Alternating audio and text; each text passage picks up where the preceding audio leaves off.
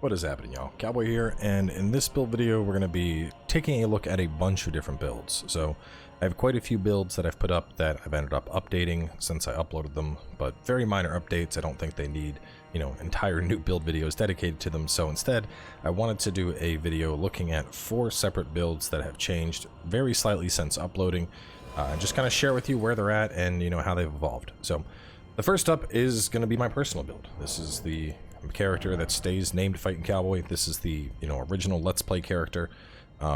If we do get DLC, this is the character I would play it with. So Faith hybrid build, very close to the ultimate Faith build, the Holy Crusader that I uploaded. A lot of inspiration pulling out of that, but with some more variety in the spells that I ended up really enjoying. So 60 Vigor, 24 Mind, 25 Endurance, 18-24 on Strength Dex. Base int. Arcane is actually only boosted by our helmet. That's down at base of 9, and then Faith is up at 60. If I was to take this higher, which if we get DLC I may end up doing so, more than likely I would focus more Mind and end up getting Faith up to 80. Beyond that, I might innately get my Arcane up to 17, so I don't need the helmet. But otherwise, I'm pretty happy with where this build is at stats-wise. So obviously fashion is pretty much identical to what we had on the Holy Crusader build. Really big fan of this look, especially rocking along with the Banished Knight shield. Just, it goes so damn well together. I love it. it makes sense, obviously Banished Knight, but definitely one of the better fashion lineups in the game. We've swapped over to the Silver Tier Mask. This is going to boost me up to 17 Arcane. You, of course, do end up, you lose a little bit of damage, but it's very minor. I've seen people talk about it like it's a huge negative. It's not. You can calculate it, it's like a 2 to 3% damage difference, and in exchange, this is giving me enough Arcane to put on a bunch of different spells, so very worthwhile in my opinion. Weapon loadout, this is pretty similar to what we have on the Ultimate Faith build, so, Coated Sword, Inseparable, Golden Order, Sacred Relic, Guardian, Flame Art, Godslayer Seal, Banished Knights, just basically weapons that both fit my stat requirements, but also mainly that scale with Faith. Lots and lots of Faith stuff here, more than the Dex Faith category than the Strength Faith category. 3 great swords, but definitely a good fair amount of variety here, and obviously there's other stuff we could work in, stuff like the Cypher Pata. If I wanted to two-hand Blasphemous Blade, I could pull that back out. But if we do get DLC, this is more than likely going to be the build that I run through it with. Really like how the fashion looks, really like the spell variety that it has. Just to talk about the spells briefly, well, actually, let's just run through them. So we are running the Bestial Sling. Obviously, that's just a fantastic all-around, but we can combo that into Magma, so we can go fast Magma. Alternatively, you can actually go double Bestial Sling and then throw out the Magma. That is another option, but this just gives me some good aerial denial with this, which I like. Black Flame, for PvE purposes, Black Flame's going to be great. If I'm doing PvP, I'd obviously switch that out. It's hard to hit somebody in PvP with it. But otherwise, Black Flame is still really solid in PvE now. With the update in 1.04, and especially New Game Plus and beyond, the HP percentage bonus of it is going to be quite significant. Blood Boon, just AoE clear. If I'm fighting a bunch of weak trash mobs, that's exactly what this is for. Just fast AoE, very wide, it's going to hit a bunch of stuff. Flame of Frenzy is still my main go-to, just, concentrated damage source. If I need to nuke something, I know this is going to do a ton of damage. I know it's going to hit a target for 2,000-3,000 damage and blow it away. Frenzy Burst, of course, there to snipe anything that's far away. Ancient Dragons being our primary boss killer, big AoE. Azeek's Decay because it's Azeek's Decay. Like, why would you not run it? It's fantastic. And then beyond that, we have buffs. So, just taking a look, where we going here? Golden Vow's a no-brainer, and then here we have a bunch of stuff. So Lord's Divine, Barrier of Gold, Golden Lightning, Flame Protect Me, or Black Flame's Protection. I figured, I'd like the idea of 1 offensive, 1 defensive, and just being able to swap to what I need for the situation. So if I go up against a boss and, oh hey, this guy does a lot of fire damage, after the first attempt, Flame Protect Me, put that on. So I hope we get DLC. I think this build would actually be a lot of fun to go through DLC with, just using a bunch of different flame weapons, having access to all the different incantations. I think it would be really enjoyable. I think I would enjoy it more than the Let's Play because, it's a fully done build. It's set, it's ready to go. I can use all the cool stuff I want to use. So, moving on from there, we're going to take a look at the strength build. The main reason I have all this now, somebody made this fantastic program, and what I was able to do is take my build and then basically copy that build into 8 different save slots. I could go into multiple, but you know, I want a level 50. I'm working on a level 80. We have a co-op playthrough coming up, so we only took up a portion of the slots. But anyway, going on into the strength build. This one got some very minor changes. And if you're wondering why I did all this way I'll be able to just, you know, switch between different builds even faster on stream. But yeah, the Unga Bunga build is still very much Unga Bunga. Stat-wise, the stats haven't really changed at all. We went from 66 strength down to 60. Endurance is at 46. Vigor is up at 60 now, hitting that soft cap. Int, Faith, Arcane, all at base. Dexterity is at 17. That's just for weapon requirements. It's actually lower than that. It's being boosted by the Millicent's Prosthesis. But it's for certain weapons. You'll see in a second. Biggest change to this build. This is a confirm. So if you get a Colossal Greatsword poke, whether it's, you know, rolling or whatever the case is, after that poke, the stagger they take, they're locked in place long enough that you can come in with a Great Hammer swing. So just bop them in the face for 654. You can use this or Great Stars. I mean, Great Stars I love, but I don't think this looks right. Fashion-wise, it just, I don't know. It doesn't have the same aesthetic. This, on the other hand, I don't know, man. Just looks juicy. So anyway, really big fan of that. You know, coming in with the Greatsword, swinging that around a little bit, you know, catch somebody with the poke, and then hit him with the follow-up. On top of that, it just gives me a slightly quicker attack. Because the Colossal one-hand, there's definitely a wind-up on that, even after the buff. The Great Hammer comes out really fast. So even in PvE, I feel like this mix-up, I feel like that would be really good. Of course, the art Lion's Claw is fantastic. The Lion's Claw after the buff, woo! And it comes out fast. We have much faster recovery. We have much faster use. That thing hits for about 1,500 damage. It'll straight kill people. On the offhand, we put Beast Roar just because if somebody's really running, throw it down. Hit him with the Scream. No reason not to. Easy damage. Besides that, the Iron Cleaver, obviously this is just fun to mess around with. Prelate's Charge on Great Stars for the free healing it has. Horluge Earthshaker on the Prelate's Heavy Inferno, which on that note, this is becoming very prevalent in PvP. I'm about to ruin some people's days. When you use this move, as soon as you get stunned, you can jump that, you can jump, and you can jump again. Same as you would in the Horlu boss fight. When those shockwaves come out, you can just hop right over them. The people that don't pay attention to that initial roar will stun them, and that first stomp is going to hit for about 900 damage. Unless they're trying to roll into you, you're not going to get the second one off. But it's fun to have regardless.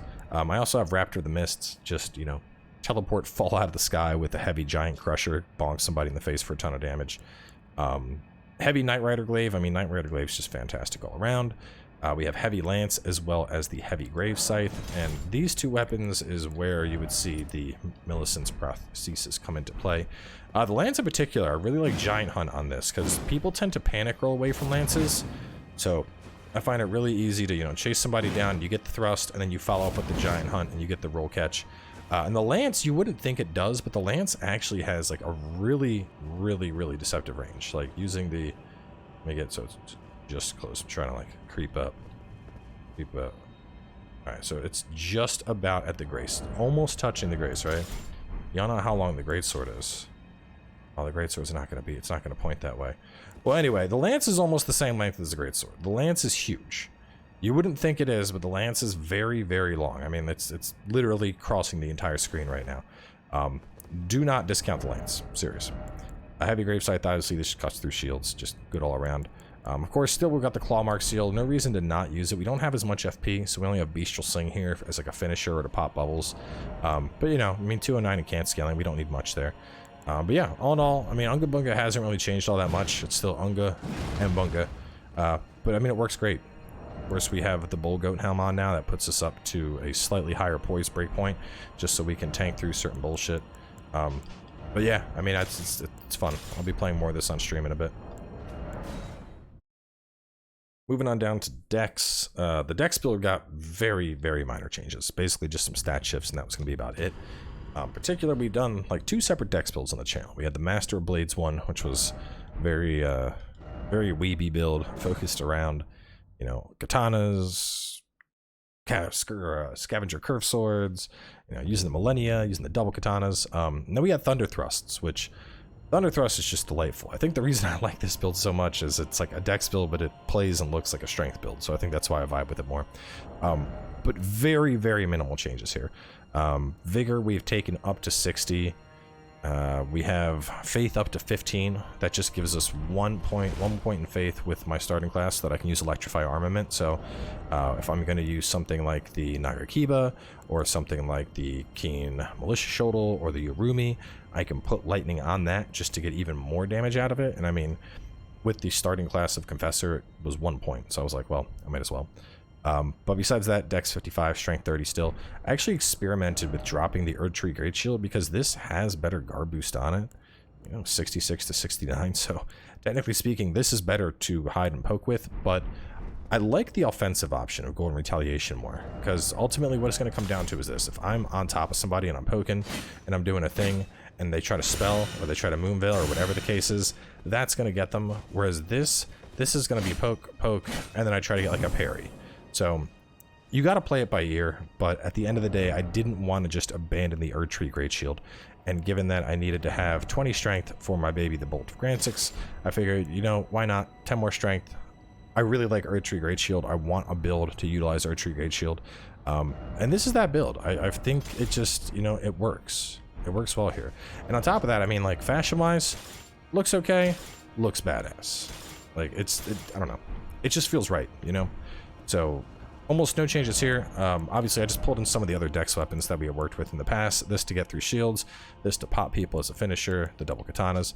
Obviously, if you're using that stuff, you shouldn't be using the Spirit Talisman. Drop that, go, you know, Erdtree Favor, Green Turtle, go for the Prothesis, whatever you want to run with. But, yeah, no real changes here besides those stat shifts. This is really solid. I'm really happy with that build still. That's going to be seeing a lot more play on streams. Love invading with that one in Liurnia.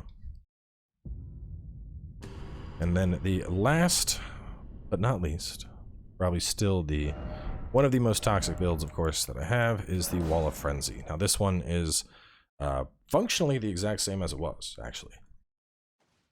The main difference is some minor fashion updates here. We are currently rocking triple prelate, and then we go for the fingerprint armor. That's going to put us up to 65 poise, just making us a tad bit tankier in the event that we have to trade. One of the biggest changes is we're going to run Shard of Alexander, and then we've made the Fingerprint Stone Shield heavy. Now, it is a very, very minor increase here, just to show it. If we go on over here, go to our Ashes of War, you can see I'm currently at 557. If I make it standard, I'm at 536. So, you know, we're looking at about 20 damage. But the more I played with this, and the more I experimented with it, the more I found that the Great Shield is a weapon. It is not a shield, it is a weapon. So making this thing heavy and then running the Shard of Alexander, and all of a sudden our shield bashes are the most deadly thing of this build. It's not the madness build-up, it's the fact that we catch somebody in a shield bash and it hits for 600 to 700 damage, which makes it insane for trades. Now obviously some people are going to be smart, they're going to, you know, hit and then immediately roll out of the way, but anybody, and I mean anybody, that thinks they're going to trade into this, block, boom, they're getting popped in the face. And, you know, even a build like mine, even a build that's taken their vigor all the way up to where they're at almost 2,000, getting hit in the face for 600-700 damage does not feel good. If a third of your health suddenly disappears, you're like, oh god, no, get away from me. So still functionally the same. We poke from behind the shield. If they're going to queue up a Rivers of Blood or something, we end up crashing in with that and we deal massive damage. And obviously, of course, if the Frenzy does proc on them, the Madness procs, they're dead. You can follow up with that. I actually like that more than the charged hit with the spear. But yeah, it's really solid. Now, if you wanted, you could still, of course, run the double shield, the crash and bash. You can just swap between them real fast. I don't think I would go to the mitigation anymore. Now, the main reason for that, I mean, in theory, you could run one that has the magic mitigation, but the more I play with it, you know, obviously having 96 magic is going to be great, but dropping me down to 81 guard boost, that actually hurts a little bit. So I wanted it to be more focused around pure blocking and damage, which is why I made it heavy. If I did do a shield crash, I'd probably make that one magic just to counter out all of that bullshit that's coming in. Because, you know, a lot of spellcasters are going to be more held up just going through those long casting animations. So I think Crash is still a decent choice in that regard, but I'll have to get a second shield on this build. And I haven't done that much in terms of updates just yet. But functionally this still works the same. We have 18 faith, 60 vigor, 21 mind, 44 endurance, 48 20, giving us weapon requirements for this and this. As for spells, this is a nice change. So we have Bestial Sing, of course, to pop the shields. Flame of Frenzy, just so if somebody's messing around, I can toss that out. A good way to kind of catch some easy frenzy buildup. And then we have Magic, Flame, Lightning, and Divine Fortification. So as soon as a fight starts with this, and with these changes, I actually feel like this is more viable for invasions and duels now versus just trolling people with it. Start of a duel, whatever weapon I see them using, that's what I'm going to get a little bit of extra defense for.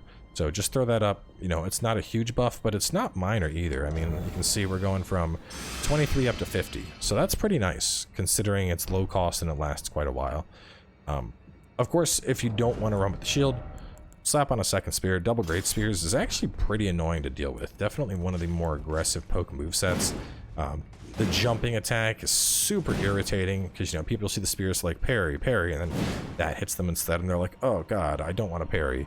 And you're going to get madness really fast with this anyway. So, I mean, once the madness procs, you can do whatever you want. Obviously, we still have that fantastic art. Really a big fan of that. But yeah, I mean, functionally, not much has changed here. This just does good. One thing that I like even more, and this is really trolly. Some people might just send you home in duels. You do this shit. But well, let me just talk to them. We can use the Warming Stone and then the Frenzy Flame Stone. And if you put both of these out, those heal effects will actually double, and then you're just sitting there in it. Now, obviously, this character hasn't done the Frenzy Flame yet. Now that I have a bunch of separate saves, I want to take him on down there, because if you have the Frenzy Flame, you don't build up the Frenzy, but anyone else that gets near it does. And that definitely makes this a lot more viable in invasions, because you can throw those stones down, and then it's like, come on, come get me. Come get me. You want to gank? Come into the giant Frenzy aura. Because you see how much that built up, and if they're sitting in there and then they get slammed by a 70 frenzy hit on that or a single poke, they're gonna have a bad time. You're gonna see madness proc, and then you're just gonna finish them on off. So anyway, that is gonna wrap things up for now. Obviously, we have quite a few other builds. You may have seen them when we were just kind of scrolling back and forth. But those are going to get dedicated build videos in the coming days, just to talk about them very briefly. So the Glintstone Witch, this is the sorcery build. It's been completely reworked with a much stronger focus on PvP this time, so that'll be really fun. Rykert Spawn, this is the lore build that we created, and we've turned it into like some insane faith monster that one-shots people with giant flame fireballs, so that's fun. This is a dragon-themed arcane build. So it doesn't use bleed at all, it just blows your shit up with dragons. It's pretty nutty. So all three of these are going to be getting dedicated build videos, while the rest of these, because they were very minor, that we just, put them all in one. Of course, this is my Twink build. That might get a video at some point, but it's just a level 50 trolley build to do invasions with. So either way, we're going to wrap things up here for now. We'll catch you all soon with the other build videos. Otherwise, come on by for a stream, and you'll just, see me PvPing with all this stuff. So thanks for tuning in. I'll see y'all next time.